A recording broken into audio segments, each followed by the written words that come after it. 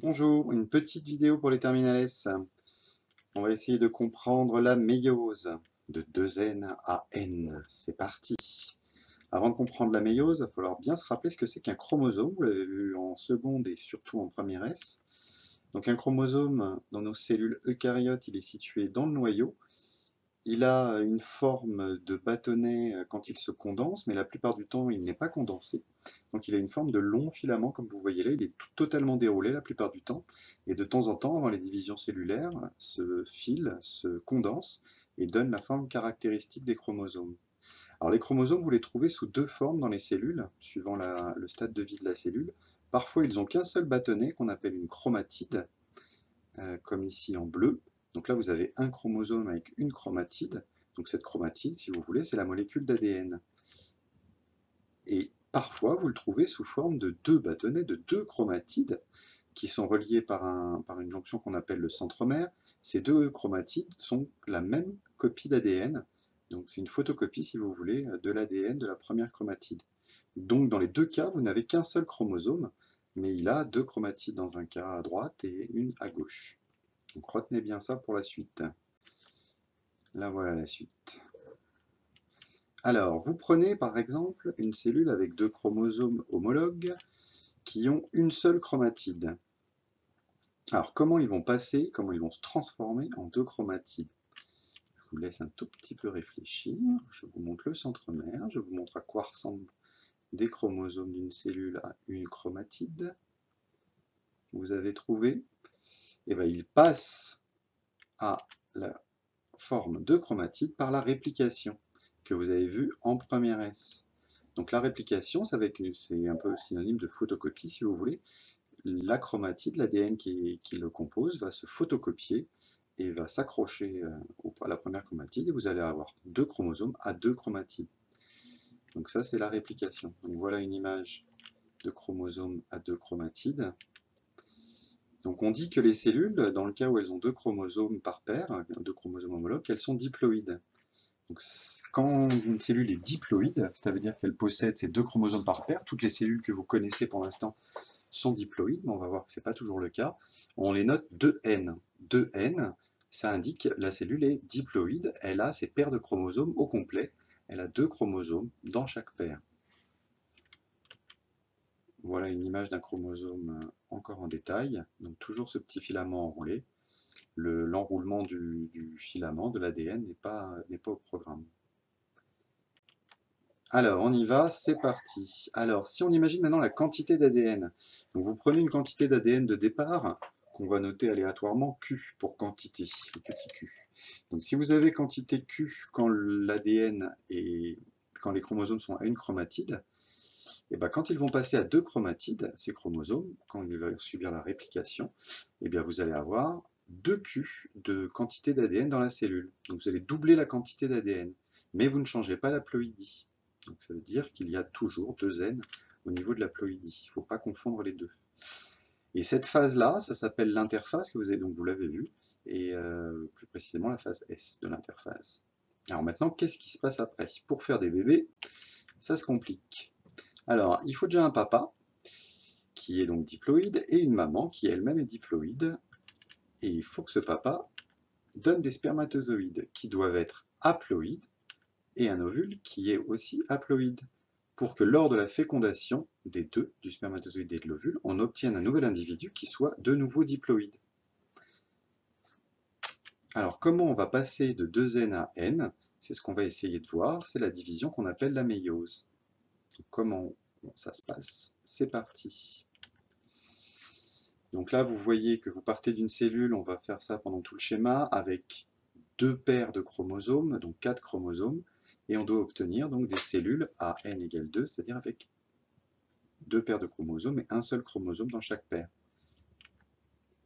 Donc on part d'une cellule 2n diploïde égale 4, on a une paire de jaune, une paire de bleu, et à la fin, vous allez avoir 4 cellules avec chacun un chromosome de chaque paire. Donc ce coup-ci, elle sera plus diploïde, n égale 2. Alors comment ça se passe? Donc, dans les organes reproducteurs, les testicules chez les mâles et les ovaires chez les femelles, vous avez des cellules qui sont capables de faire des divisions particulières, donc, c'est-à-dire la méiose. Ça se déroule nulle part ailleurs dans le corps humain. Donc, vous prenez une cellule, au départ qui est 2n égale 4, et on observe que le matériel génétique dans le noyau va se condenser au départ, et les chromosomes donc vont prendre leur forme caractéristique. Ils vont commencer à s'apparier, et le noyau, qui est figuré en pointillé, va disparaître. Donc le trait blanc, c'est la limite de la cellule. Donc cette première phase s'appelle la prophase 1. Ensuite, ces chromosomes vont s'organiser autour d'un plan équatorial, donc au centre de la cellule. Chaque paire de chromosomes, ici il n'y en a que 2 paires, mais dans la réalité vous en avez 23, donc vont s'organiser autour de la plaque équatoriale. Ça s'appelle la métaphase 1. Suite à cette métaphase 1, chaque chromosome va se retrouver accroché à des structures internes aux cellules et il va être tiré de chaque côté de la cellule. C'est l'anaphase 1. Donc là, vous les voyez, ils sont chacun séparés. Alors ça peut se faire, on le verra après dans une autre vidéo, aléatoirement. Donc là, j'ai mon bleu foncé qui va à gauche, mais il pourrait tout à fait aller à droite. Donc là, ça va dépendre des... et ça va changer un petit peu la donne. Et en tout cas, à la suite de ça, les deux cellules vont se former. Donc on appelle ça la télophase 1. Le noyau va se reformer également.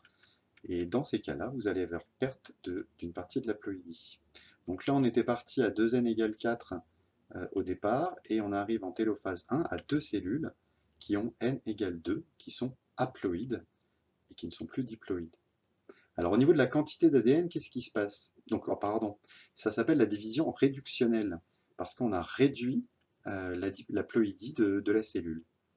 Donc qu'est-ce qui se passe au niveau de la quantité d'ADN? Donc on était à 2Q avant la division, en quantité, donc on avait tout notre matériel génétique, et qu'est-ce qui s'est passé? Eh ben, on a perdu la moitié de la quantité d'ADN. Et donc on repasse à Q, car un chromosome est passé dans une cellule, et l'autre, là il est figuré en transparente, est allé dans une autre cellule.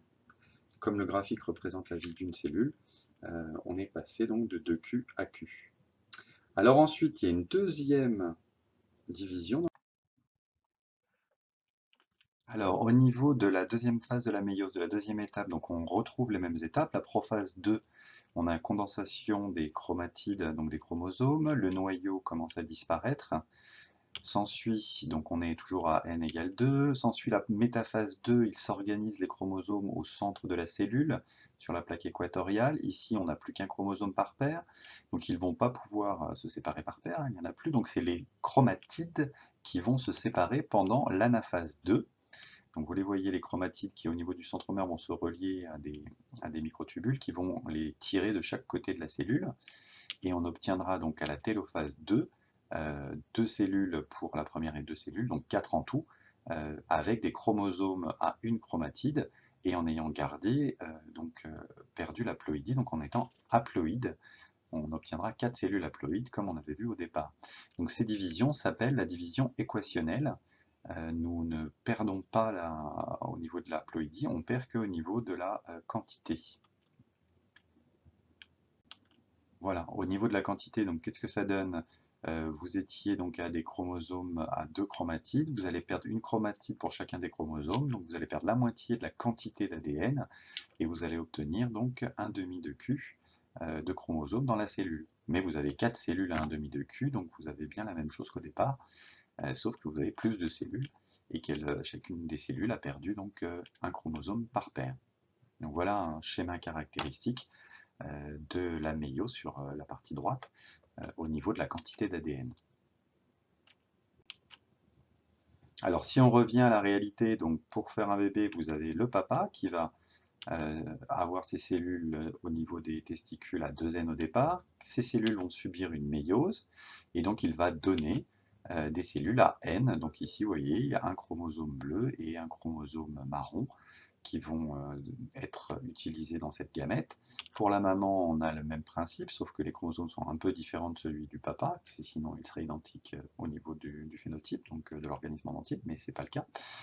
Et donc elle va donner des gamètes qui sont aussi différentes. Ici, on a pris le chromosome vert et le grand chromosome bleu.